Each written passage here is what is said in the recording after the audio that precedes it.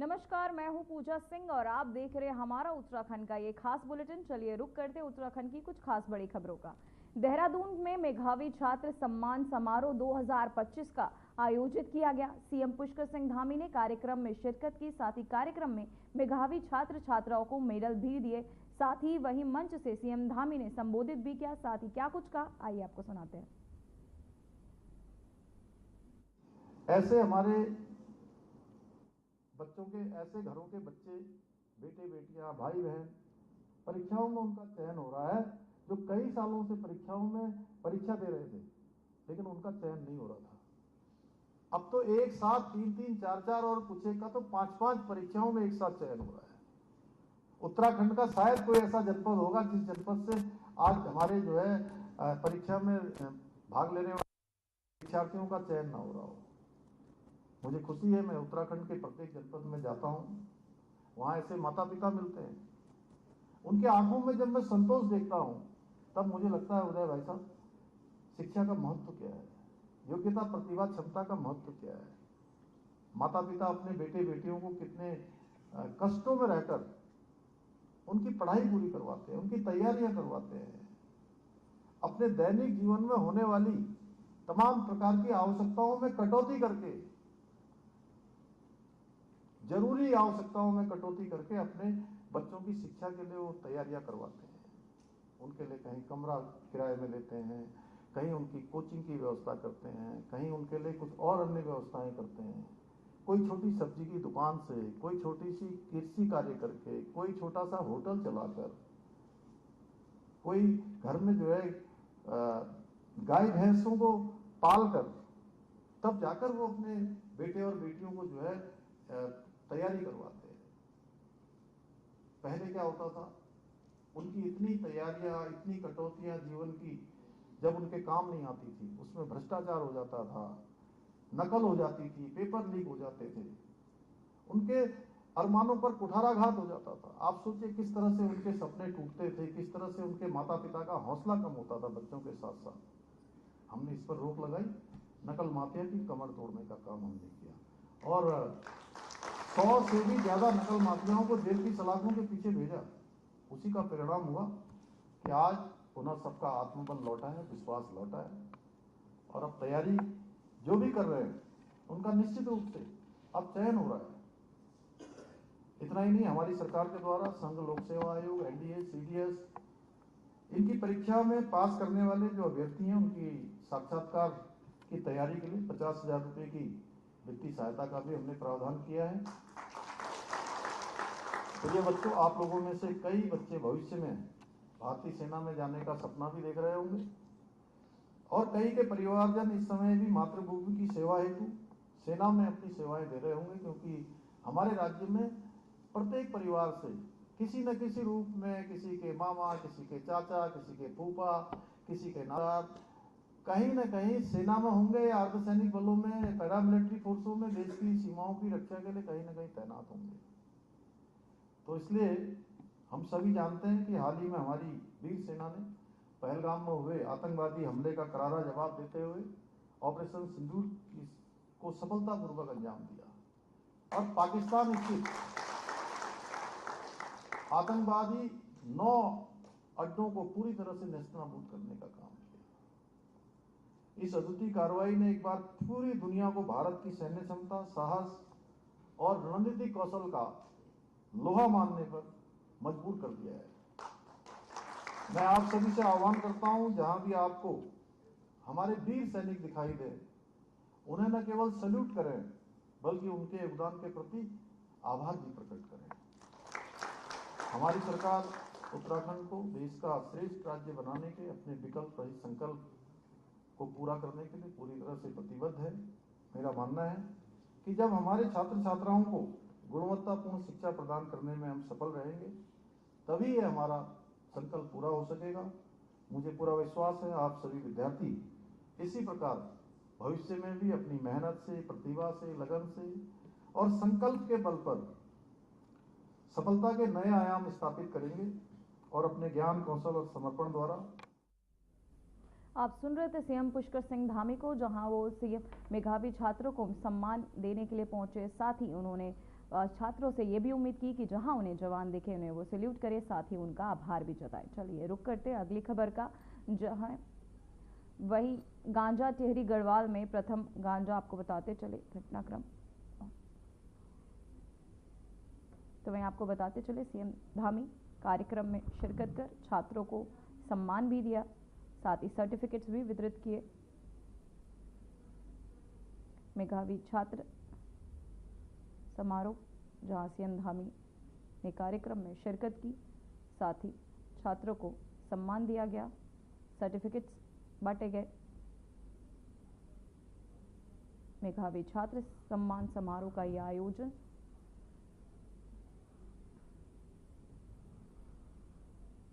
मेधावी छात्र सम्मान समारोह 2025 का आयोजन किया गया, जहां सीएम पुष्कर सिंह धामी पहुंचे, साथ ही उन्होंने छात्रों को सर्टिफिकेट्स वितरित किए।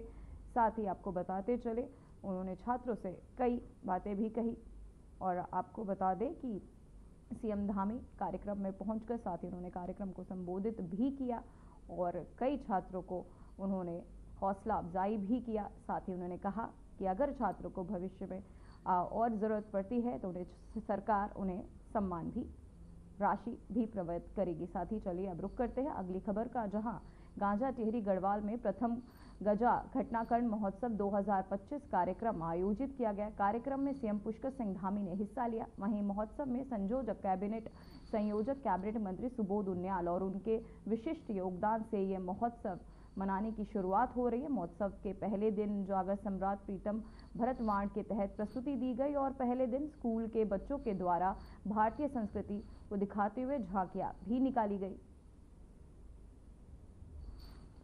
घंटाकरण महोत्सव 2025 के इस शुभारंभ अवसर पर मंच पर आसीन अभी आप सब लोगों ने जिनको सुना, और इस पूरे गजा क्षेत्र हो चाहे ये हमारा नरेंद्र नगर विधानसभा क्षेत्र हो, अनेक विकास की परियोजनाओं को जिन्होंने धरातल पर उतारा है, और सच में मैं कहूं तो विकास को अनवरत रूप से आगे बढ़ाने वाले यहाँ के विकास के प्रतीक उत्तराखंड सरकार में मेरे साथ वन सहित अनेक विभागों के मंत्री, आप सबके लोकप्रिय विधायक आदरणीय सुबोध उनियाल जी, भारतीय जनता पार्टी के जिलाध्यक्ष भाई उदय सिंह रावत जी, प्रशासक ब्लॉक प्रमुख श्री राजेंद्र भंडारी जी, श्रीमती शिवानी विष्टु जी चंबा क्षेत्र से, नगर पंचायत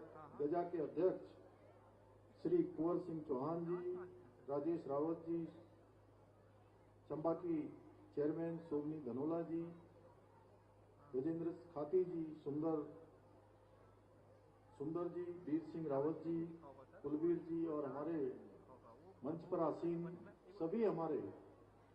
सभी नेतागण, सामने के मंच पर बैठे हुए सभी हमारे जनप्रतिनिधिगण, सभी पदाधिकारीगण, और बड़ी संख्या में आज इस गजा महोत्सव में प्रतिभाग करने के लिए आए हुए, इस पूरे गजा और आसपास के क्षेत्रों से आए हुए सभी मेरे बड़े बुजुर्ग, माताएं, बहनें, सभी मेरे युवा नौजवान साथियों, स्कूलों से आए हुए सभी मेरे प्रिय छात्र एवं छात्राएं, जिन्होंने अनेक प्रस्तुतियां भी यहाँ पर प्रस्तुत की हैं, हमारे मीडिया के सभी मित्र, पत्रकार मित्रों, छायाकार बंधुओं, और हमारे लोकप्रिय कलाकार भाई प्रीतम सिंह पद्मश्री भरतवाण जी भी यहाँ पर हैं, मुझे बताया गया है।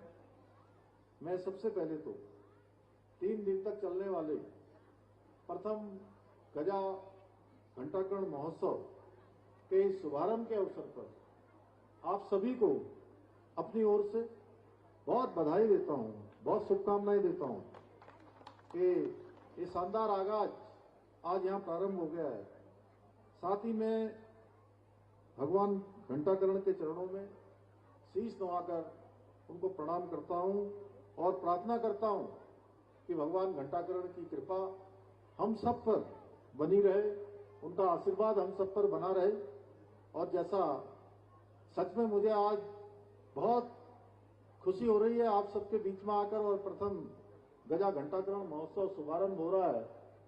नगर पंचायत में जरूर मुझे पहली बार कुंवर सिंह जी मुझे आने का सौभाग्य मिला है, लेकिन भगवान घंटाकरण की कृपा से लगातार प्रदेश में काम करने का आशीर्वाद आप सबके द्वारा मिला हुआ है, हमारे प्रधानमंत्री जी के आशीर्वाद से। इस क्षेत्र में मैं तीसरी बार आ रहा हूं। 2 बार मैं पहले भगवान घंटाकरण के साक्षात दर्शन कर चुका हूं और तीसरी बार उनके आशीर्वाद से आज आप सभी के दर्शन और सौभाग्य मुझे प्राप्त हुआ है। और हम सभी जानते हैं भगवान घंटाकरण जी का सदियों से हमारे गांव के आसपास के क्षेत्र के रक्षक देवता के रूप में उनको हम सब पूजते आए हैं। उनकी कृपा दृष्टि से हर संकट हमसे दूर हो जाता है और वो एक अदृश्य ढाल के रूप में हमेशा हम सबकी रक्षा करते हैं। ये गजा का घंटाकरण मंदिर हमारे राज्य के प्रमुख पौराणिक मंदिरों में से एक है। जैसा सुबोध जी ने अभी यहाँ बताया, वहां पर चाहे धर्मशाला बननी हो, अन्य स्थापना के कार्य होने हो, वो सब आपके विधायक जी सच बताऊं तो मैं कई बार इनसे ईर्ष्या करता हूं कि मैं अपने विधानसभा क्षेत्र के इतने काम नहीं कर पाता हूं जितने काम ये जो है यहाँ नरेंद्र नगर विधानसभा के लिए खींच के ले आते हैं। और इनको सब पता होता है कहां पर कौन से काम अटके हुए हैं। सचिवालय में हर सेक्शन ये जानते हैं, छोटे बड़े व्यक्ति के साथ इनका सब मेल मिलाप है और उसका खूब लाभ मिलता है। और मेरे पास भी जब भी आते हैं, अभी तो इन्होंने यहाँ पर कितनी 15-16 तो घोषणाएं जो है यहाँ पढ़ दी, और वहां जब आते हैं तब भी एक पूरा रजिस्टर अपने साथ लेकर आते हैं। साथ में शिव कुमार जी को, शिबू को भी साथ में लेके आते हैं। ये भी जो है जो भूल जाते हैं वो पीछे से शिबू याद दिलाता रहता है। तो अनेक काम इस क्षेत्र में आगे बढ़े हैं। ये पर्यटन की दृष्टि से भी अत्यंत महत्वपूर्ण क्षेत्र है, क्योंकि ये भगवान का एकमात्र ऐसा स्थान है जहां से हरिद्वार और हिमालय के दर्शन एक साथ किए जा सकते हैं। मैंने स्वयं तो वहीं उत्तराखंड कांग्रेस की हल्द्वानी में होने वाली जय हिंद यात्रा 1 जून से शुरू होने वाली है। बता दें कि पहले यात्रा 31 मई को होनी थी। वहीं अब कांग्रेस मुख्य प्रवक्ता गरिमा दसौनी ने जानकारी दी कि दिल्ली में महत्वपूर्ण बैठक के चलते समय बदल दिया गया है।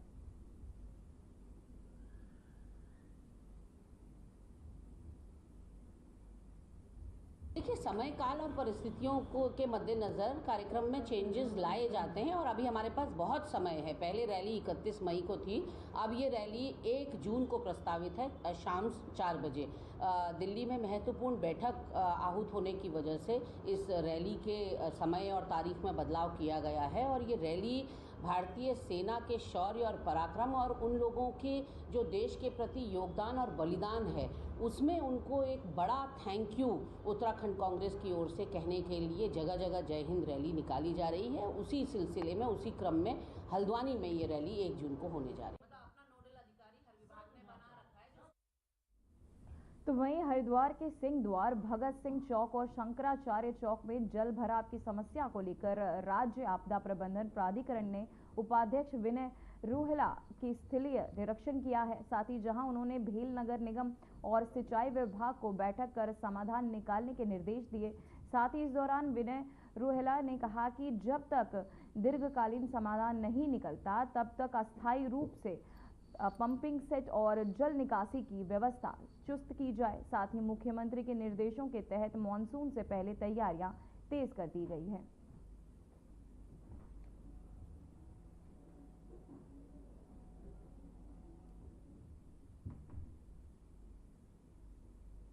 तो वहीं देहरादून से खबर सामने आ रही है। राज्य में वर्दीधारी सेवाओं के लिए अब एकीकृत परीक्षा अभ्यर्थियों को मिलेगा इच्छा अनुसार सेवा चुनने का विकल्प।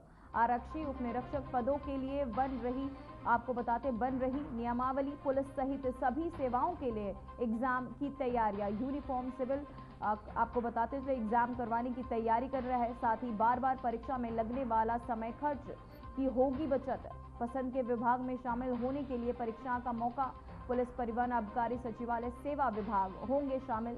तो आपको बताते चले, अब पुलिस, परिवहन, आबकारी सचिवालय, सेवा विभाग भी शामिल होंगे। साथ ही आपको बता दें कि देहरादून में यूनिफॉर्म सिविल में एग्जाम कराने की है तैयारी। तो वहीं रेडिको खैतान के तहत हाल ही में लॉन्च की गई प्रीमियम त्रिकाल को लेकर संत समाज ने गहरा आक्रोश जताया। संतों का कहना है कि त्रिकाल शब्द सनातन धर्म से जुड़ा एक पवित्र और आध्यात्मिक अर्थ के लिए हुए हैं, जिसे शराब जैसे उत्पाद के साथ जोड़ना पूरी तरह अनुचित है। वहीं प्रबोधन गिरी महाराज ने विरोध करते हुए कहा कि हिंदू धर्म की आस्था का अपमान है, जिसे किसी भी सूरत में बर्दाश्त नहीं किया जाएगा। साथ ही चेतावनी दी है कि यदि ये कंपनी इस आपको विस्की का नाम तुरंत नहीं बदलती तो संत समाज सड़कों पर उतरकर उग्र आंदोलन करेगा।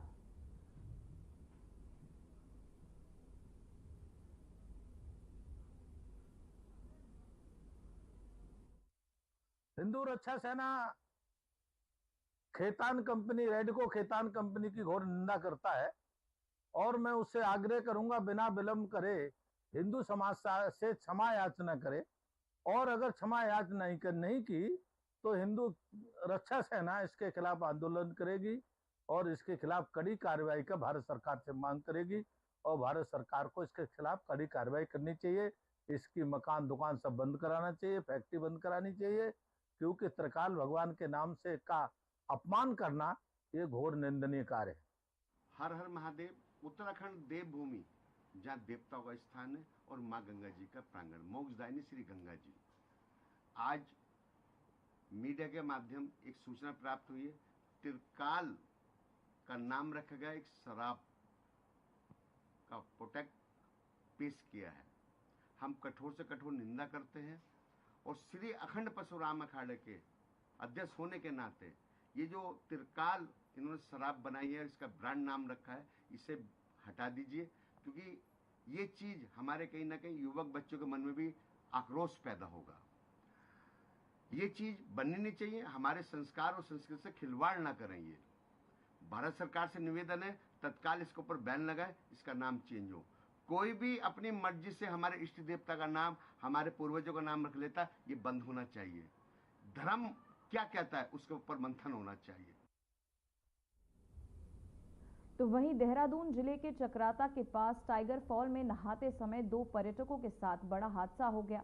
दोनों पर्यटकों की मौके पर ही मौत हो गई। पुलिस ने के मुताबिक दिल्ली की 55 साल की महिला पर्यटक और चक्राता के 48 साल के व्यक्ति टाइगर फॉल में मस्ती कर रहे थे। तभी टाइगर फॉल के झरने के पानी के साथ ही ऊपर से अचानक भारी भरकम पेड़ गिर गया। उसी पेड़ के नीचे दोनों दब गए। सूचना पर स्थानीय पुलिस और एसडीआरएफ मौके पर पहुंची, लेकिन तब तक दोनों की मौत हो चुकी थी। हादसे को लेकर चक्राता थाना प्रभारी चंद्रशेखर नौटियाल ने बताया कि टाइगर फॉल में हादसे की सूचना पर चक्राता थाना पुलिस और एसडीआरएफ की टीम मौके पर पहुंची, जहां पर दोनों शवों को बाहर निकाला गया।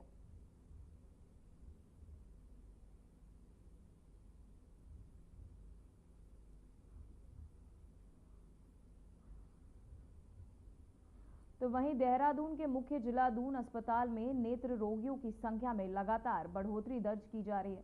अस्पताल के नेत्र रोग विशेषज्ञ डॉक्टर संजय ओझा ने बताया कि हाल ही में ड्राई आई की समस्या से मरीजों की संख्या में तेजी से इजाफा हुआ है। डॉक्टर ओझा के अनुसार गर्मी के मौसम के साथ साथ मोबाइल, लैपटॉप और टीवी स्क्रीन पर अधिक समय बिताने की आदत की समस्या का मुख्य कारण बन गया है। वहीं आपको बताते चले कि शहर में ड्राई आई की बढ़ती समस्या को वे एक चिंताजनक संकेत मानते हैं। साथ ही नेत्र रोग विशेषज्ञ ने बताया कि ड्राई आई से बचने के लिए कुछ आसान उपाय अपनाए जा सकते हैं।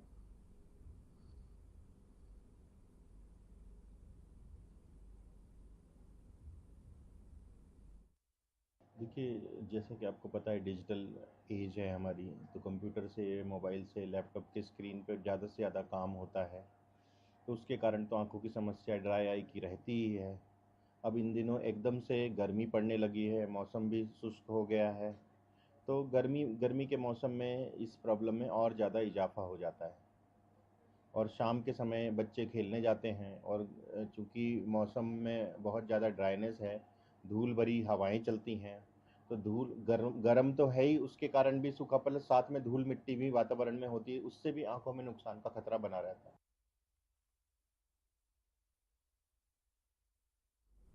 तो वही हरिद्वार जिला पंचायत कार्यालय के सभागार में जिला पंचायत बोर्ड की महत्वपूर्ण बैठक आयोजित की गई। बैठक में जिला अधिकारी, मुख्य विकास अधिकारी, साथ ही विभिन्न विभागों के अधिकारी और सभी पंचायत सदस्य मौजूद थे। बैठक में ग्रामीण विकास के मुद्दों पर गंभीर चर्चा हुई और कई महत्वपूर्ण प्रस्तावों को मंजूरी दी गई। साथ ही जिला पंचायत अध्यक्ष राजेंद्र चौधरी किरण ने बताया कि पिछली बैठक में 80 करोड़ रुपए का बजट पारित किया गया था, साथ ही जबकि इस बार कई नई विकास परियोजनाओं को हरी झंडी मिली है।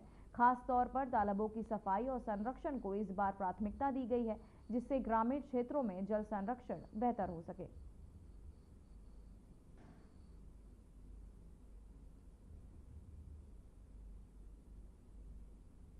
चर्चा पर बात होकर आगे इस जनपद को, जो गांव के एरिया है, उसे डेवलपमेंट कैसे अच्छे तरीके से करे जाए, लोगों को ज़्यादा से ज़्यादा सुविधा हम किस तरीके से दी जाए, हर एक बिंदु पर बात हुई। कितने प्रस्ताव? जो समस्या गांव में आज की तारीख में आ रही है, तालाब पानी से लबालब भर रहे हुए हैं, जो हमारा तालाब का वाटर लेवल है वो हमेशा घटता जा रहा है। उसके लिए भी अब जिला पंचायत उस काम को अगले 1 साल में बहुत तरीके से अंजाम दे देंगे। जितने भी हमारे तालाब है वे, जो उनके अंदर कूड़ा कचरा पॉलीथीन इस सब जम गया और पानी अंदर नहीं जा रहा है, जब उनकी सफाई होगी पानी भी अंदर जा। तो वहीं श्रीनगर मेन स्पीड पुल से 200 मीटर आगे GVK कॉलोनी जाने वाले हाईवे पर एक ट्रक पलट गया। ट्रक चालक वीरेंद्र सिंह रुद्रप्रयाग से ऋषिकेश जा रहे थे। नींद की झपकी आने से ट्रक दीवार से टकराकर पलट गई। हादसे में कई जनहानि नहीं हुई। मौके पर JCB की मदद से ट्रक को सड़क से हटाया गया और यातायात व्यवस्था को सुचारू रूप से जारी रखा गया। साथ ही पुलिस और प्रशासन ने त्वरित कार्यवाही करते हुए स्थिति को नियंत्रण में लिया।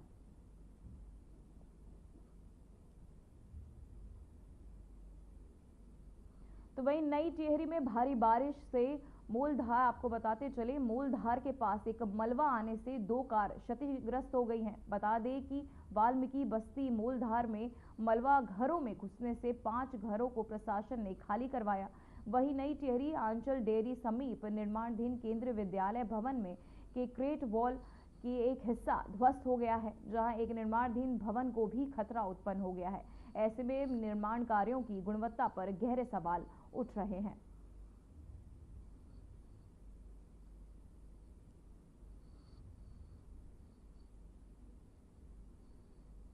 तो वहीं हरिद्वार के ज्वालापुर कोतवाली क्षेत्र में वाहन लोन धोखाधड़ी के एक पुराने मामले ने लंबे समय से वंचित चल रही महिला आरोपी को पुलिस ने देहरादून से गिरफ्तार कर लिया है।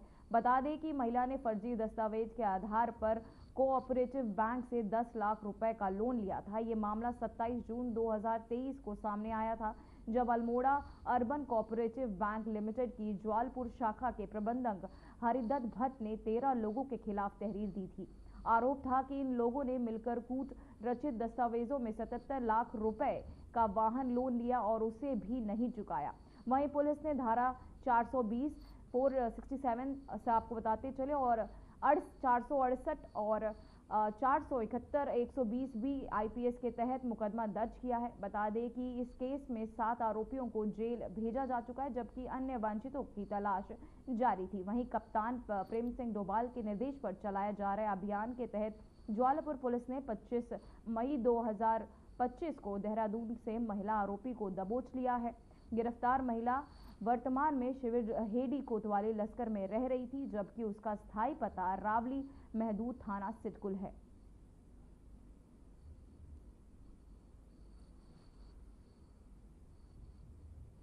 तो वहीं यमुनोत्री धाम में जानकी चट्टी खरसाली के शटल सेवा उपलब्ध कराए जाने के नाम पर तीर्थयात्रियों से अवैध वसूली की जा रही है। वहीं एक किमी की दुपहिया वाहन 100 रुपए प्रति सवारी और अन्य टैक्सी कार वाहन 50 रुपए प्रति सवारी वसूला जा रहा है। भारी भरकम पुलिस व यातायात परिवहन विभाग की नाक के नीचे तीर्थयात्रियों के साथ ये बड़ा खेल हो रहा है। तो वहीं स्थानीय लोगों ने जिलाधिकारी व पुलिस अधीक्षक से कार्यवाही की मांग की है। मालूम हो कि यमुनोत्री धाम दर्शन के लिए तीर्थयात्रियों की संख्या में हर रोज इजाफा हो रहा है। साथ ही खरसाली रोपवे, पेड़ पार्किंग और जानकी चट्टी घोड़ा पड़ाव व लोनीवी गेस्ट हाउस तक प्राइवेट दुपहिया वाहन के संचालक तीर्थ यात्रियों से प्रति सवारी 100 रुपए अवैध किराया ले रहे हैं।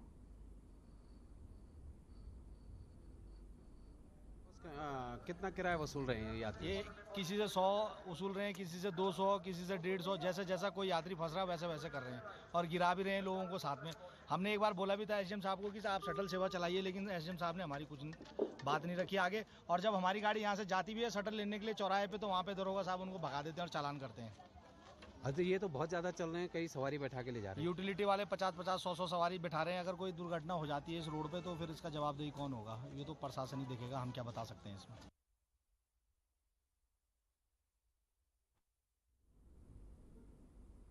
तो वहीं हरिद्वार के खानपुर थाना क्षेत्र के हस्तमूली गांव में 2 दिन पहले हुए मलखान सिंह हत्याकांड का पुलिस ने खुलासा कर दिया है। वरिष्ठ पुलिस अधीक्षक प्रेम सिंह डोभाल ने प्रेस कॉन्फ्रेंस में बताया कि मलखान सिंह की हत्या उसके ही बेटे सूरज ने की थी। प्रारंभिक जांच में सामने आया कि मलखान सिंह का शराब पीने की लत और कथित आपत्तिजनक व्यवहार परिवार के लिए परेशानी का कारण बना हुआ था। इन्हीं कारणों से नाराज होकर बेटे सूरज ने गुस्से में आकर अपने पिता को गोली मार दी। बाद में परिवार वालों ने पुलिस को सूचना दी। पूछताछ में सूरज ने जुर्म कबूल कर लिया और हत्या में इस्तेमाल तमंचा भी बरामद कर लिया है।